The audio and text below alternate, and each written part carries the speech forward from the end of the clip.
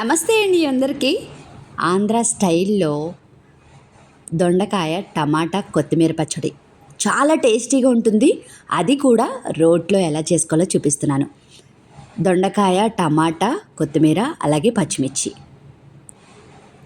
ముందుగా stove on చేసుకొని కడాయి పెట్టుకొని కడాయి హీట్ అయిన తర్వాత కొంచెం ఆయిల్ వేసుకొని ఆయిల్ హీట్ అయిన తర్వాత అందులోకి మనం కట్ చేసుకున్న టమాటాలు కొత్తిమీర అలాగే పచ్చిమిర్చి, మీ కారానికి సరిపడా పచ్చిమిర్చి కూడా వేసుకోండి. ఒక 6 ఎల్లుల్లిపాయలు, కొంచెం జీలకర్ర అలాగే కొంచెం చింతపండు వేసుకొని టమాటా మెత్తబడేంత వరకు మూత పెట్టుకొని మగ్గించుకోవాలి.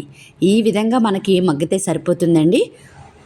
ఒక గిన్నెలోకి తీసుకొని అందులోకి మళ్ళీ ఒక స్పూన్ ఆయిల్ వేసుకొని ఒక కప్పు దొండకాయలు కూడా వేసుకొని మీడియం మంట మీద మూత పెట్టుకొని మగ్గించుకోవాలి. ఈ విధంగా మనకి కొంచెం మగ్గిన తర్వాత కొంచెం పసుపు వేసుకొని మళ్ళీ మూత పెట్టుకొని మగ్గించుకోవాలి. ఒక 5 నిమిషాలు మగ్గిన తర్వాత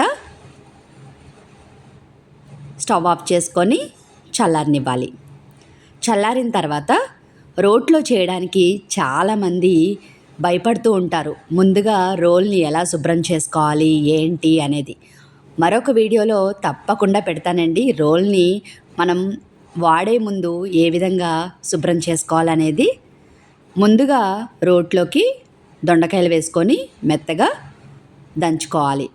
ఈ విధంగా దంచుకున్న తర్వాత ఇందులోకి టమాటా కొత్తిమీర పచ్చిమిర్చి కూడా వేసుకొని రుచికి సరిపడా గళ్ళుప్పు కూడా వేసుకొని మెత్తగా దంచుకోవాలి. ఈ విధంగా దంచుకుంటే సరిపోతుందండి.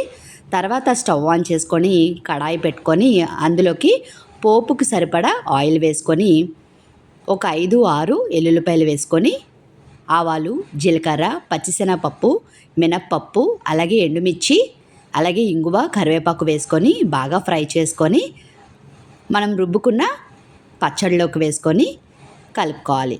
లాస్ట్లో ఒక చిన్న కప్పు ఉల్లిపాయలు వేసుకొని తింటే చాలా టేస్టీగా ఉంటుందండి. కొంచెం నెయ్యి వేసుకొని తింటే ఇంకా బాగుంటుంది.